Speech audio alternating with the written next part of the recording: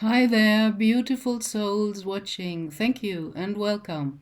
I'm Gabrielle, retired medium in Germany, and I like to share some of my otherworldly experiences and insights. So, this is about two very educational memories of other lifetimes that I got back. So, the first one is not so nice, and I had some difficulties to integrate that because it's always easy to integrate kind of a victim incarnation where you maybe were burnt at the stake as a witch or a person that knew about plants and their healing powers and things like that. In the medieval times, even being able to read and having books and having access to knowledge, which was at that time only meant for the nobles. The populace couldn't speak Latin, and the church was going hand in hand with the state, and only the priests knew the translation of the Latin words that were spoken in the churches. So knowledge was strictly for the nobles. No normal person was meant to be able to read and get access to other knowledge than they were fed with. So it's easy to integrate this, oh, poor me, I was burnt as a witch or something like that, or persecuted. These incarnations, these kind of victim incarnations, are easy to integrate. But just wait until some of the perpetrator incarnations and memories about that come back, because they are part of the whole or as well. And these are not so easy to integrate. So I start with the horrible one so that I can finish with the wondrous and more uplifting one. So I got this memory back via a QHHT session in hypnosis that I had myself before I learned to be a QHHT practitioner via the trainment with Dolores Cannon. And that was my second QHHT that I took. And I was very uncomfortable. I was throwing myself around on the couch where I was placed upon, because it was just so horrible what I saw and had to witness from this other lifetime. I make it short. It turned out that I was an inquisitor in medieval times, and I worked for the church, and I tormented people in prisons because I was of the firm opinion they are all in bond with the devil and demons, and they are wrong, and I am right, and the church is right, and things like that. So that was with my consciousness from today as I am now, just, ugh, you know. And funnily enough, when I was around 20 and studying, I remember that I kind of felt drawn to research a little bit about these witch hunt times in the medieval, and I read the so-called witch hammer, the Malus Maleficarum, that was used by the church to find out who is kind of from the devil. And they had their tests, which are so unfair, you know. They bond a witch their hands and feet, and then they throw them into the water. And if the witch went under and kind of, died in the water because she couldn't move and swim with, or he, were also male witch persons killed like that and tested like that. If they gone under, then they were kind of justified. They were not with the devil, but they were dead, you know? So the procedure was killing them anyway. And if they manage to free themselves and come up again and swim and come back to the surface, then that was the proof that they were a witch. How crazy is that? I hope you can see what mind programming and false belief is doing. And we're all under that, not only since the medieval times. So that incarnation was really horrible for me. And I was waiting already because I knew the procedure of the QHHT sessions in hypnosis. You get led by certain methods to a very deep trance state, which is called the theta state of brain waves.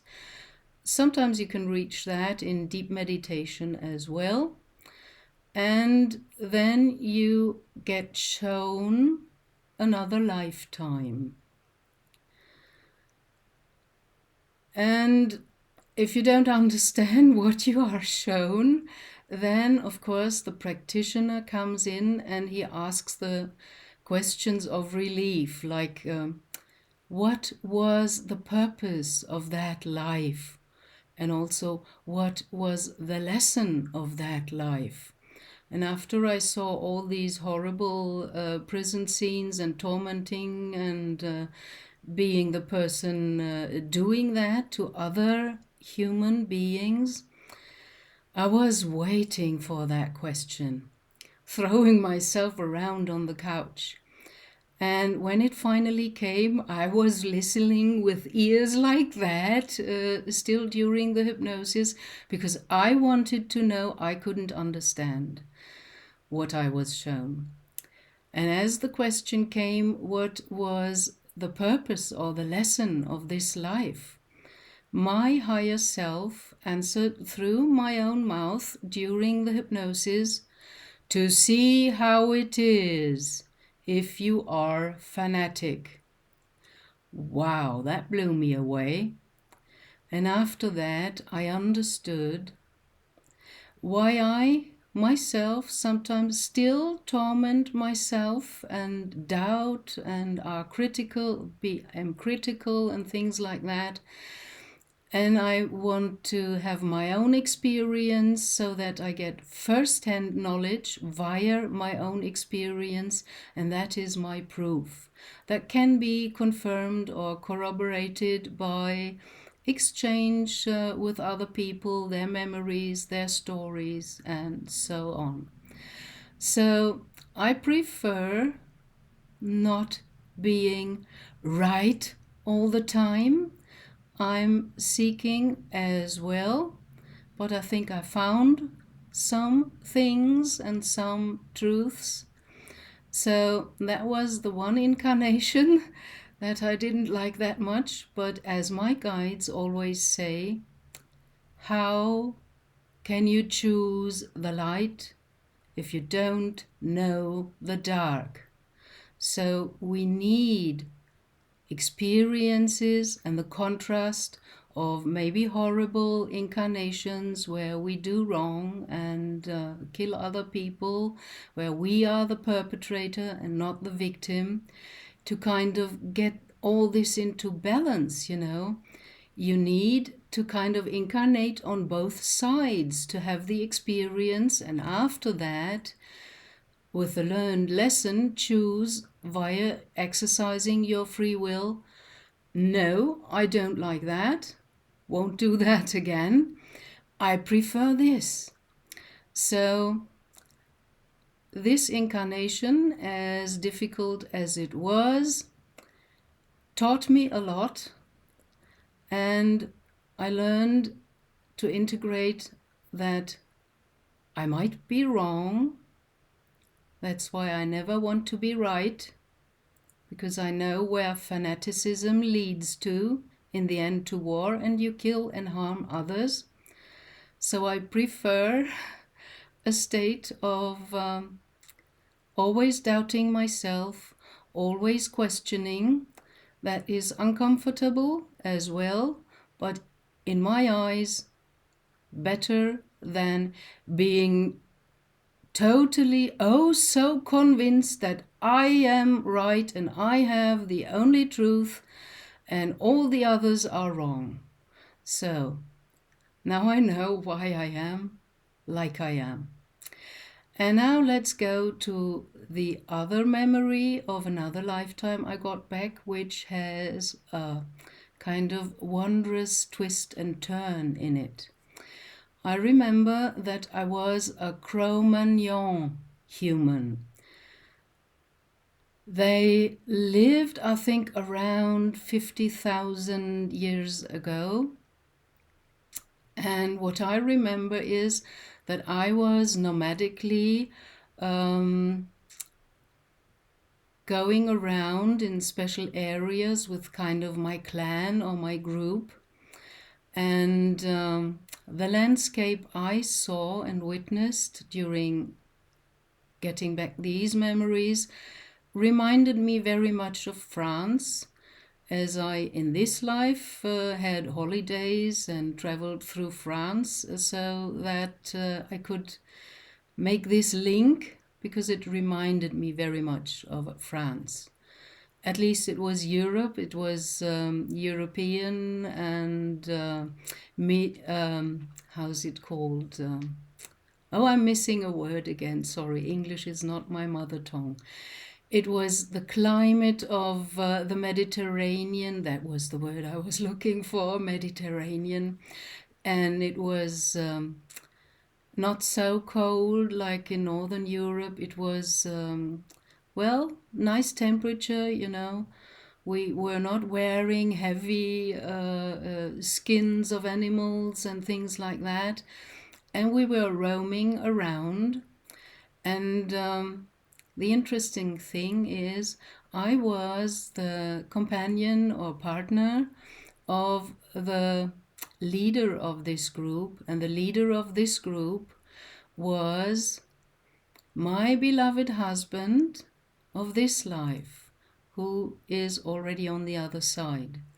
So I remember several other incarnations that we had together, and we were always kind of partners and helping each other and sustaining and healing each other and more or less loving each other. So that was wonderful, and I'm very grateful that I was allowed to meet him in this life again, as we had several others together during our soul journeys. So we were roaming around in France, and accidentally it happened that we met another group of humans of that time, and they were Neanderthals. And as we all had kind of weapons for hunting animals and getting our food, and also for defending us against attacking animals, the Neanderthals had as well, and as our two groups suddenly met each other, there was a misunderstanding, and it turned out that the Neanderthals felt attacked, or at least threatened, so they used their weapons to defend themselves from our group, and I was accidentally killed in that incident. And then something happened which I find very extraordinary, because you would assume with your brain from today that, well, my partner, as the leader of the group, having his kind of mate killed by the Neanderthals, would go back with his group and attack the Neanderthals to take revenge on them because they killed me, although it was not on purpose and it was a misunderstanding. That's the feeling I get about that whole situation from regaining my memories. He went back with the whole group, but he did not attack. They put down their weapons, their spears from wood and all they had, and they went to the Neanderthal group with open hands like that, you know. These gestures show a lot. If you can't communicate and there's no language yet, then you can show, I'm coming in peace. See, my hands are open, I have no weapons. And that gesture the Neanderthals understood.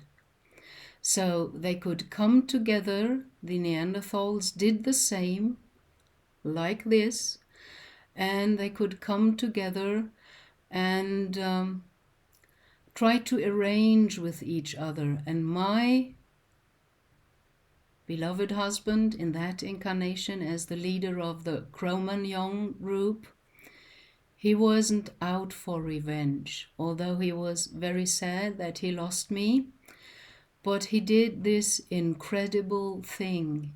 He went to meet them again without seeking revenge, but trying to make friends and to clear that misunderstanding that they were a threat to the Neanderthals, and that's why they grabbed their weapons and tried to defend themselves, and in that I was accidentally killed.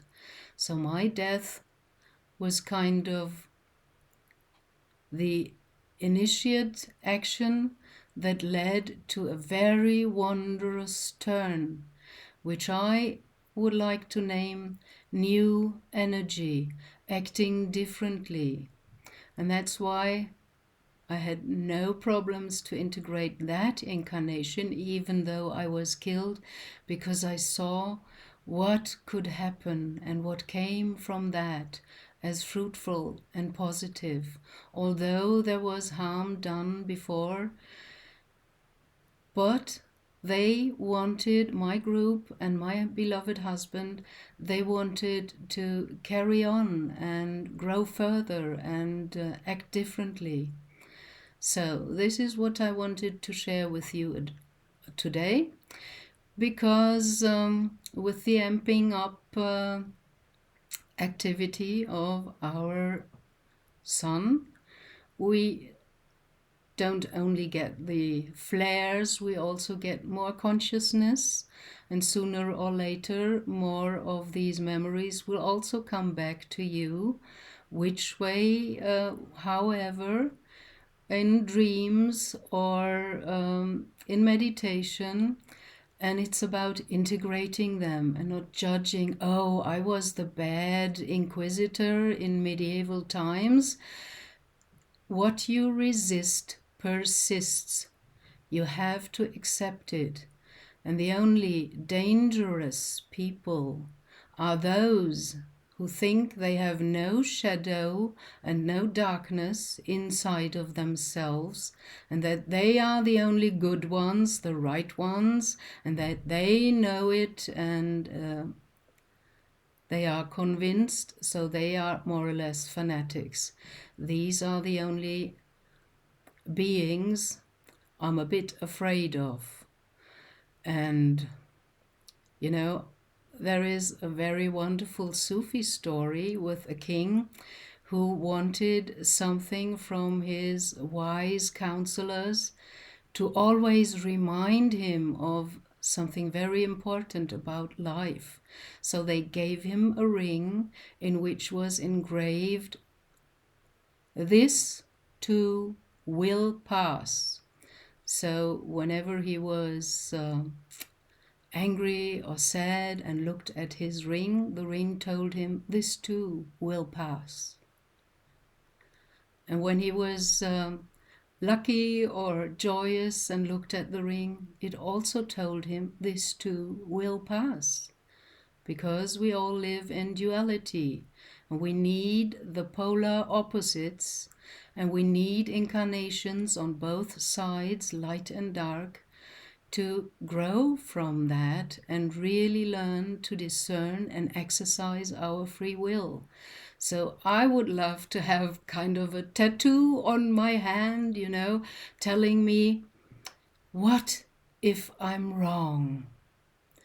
To never, ever have me be oh so convinced that I am right and all the others are wrong, like I was kind of mind-washed, programmed in this medieval incarnation. That's why I love the other incarnation from a pre-hominid as a Cro-Magnon so much, because it had this wondrous twist to act differently and choose another way instead of revenge, and make something bad into something positive. So that's what I wanted to share with you today. Don't be afraid of memories or pictures and images and feelings coming back. Just accept them, because we have both in us, light and dark, and it's only depending on to which you turn to. So I hope and wish for you that you turn to your own inner light that will always guide you right. Thank you, dear souls, for watching. Blessings, love and light for you on your soul path. Bye.